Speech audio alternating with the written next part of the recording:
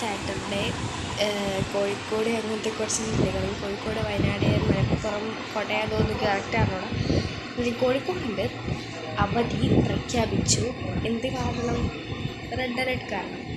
ഞാനൊരു സാധനം കാണിച്ചിട്ടുണ്ട്.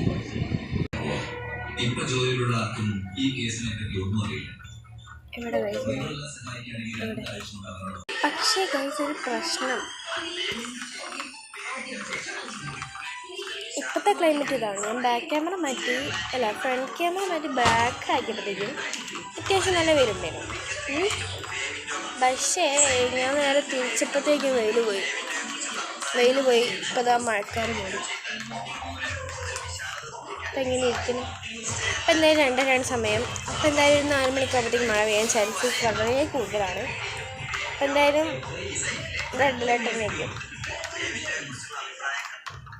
കഴിഞ്ഞില്ലേ? ഇന്ന് രാവിലെ 8:30 വരെ നല്ല മഴയായിരുന്നു. 8:30 കഴിഞ്ഞാൽ മഴ അത്യാവശ്യം കുറഞ്ഞു. പിന്നെ അതിനെക്കാട്ടി കുറഞ്ഞു, വെയിൽ വന്ന്. അപ്പം ഞാൻ വിചാരിച്ച് മഴ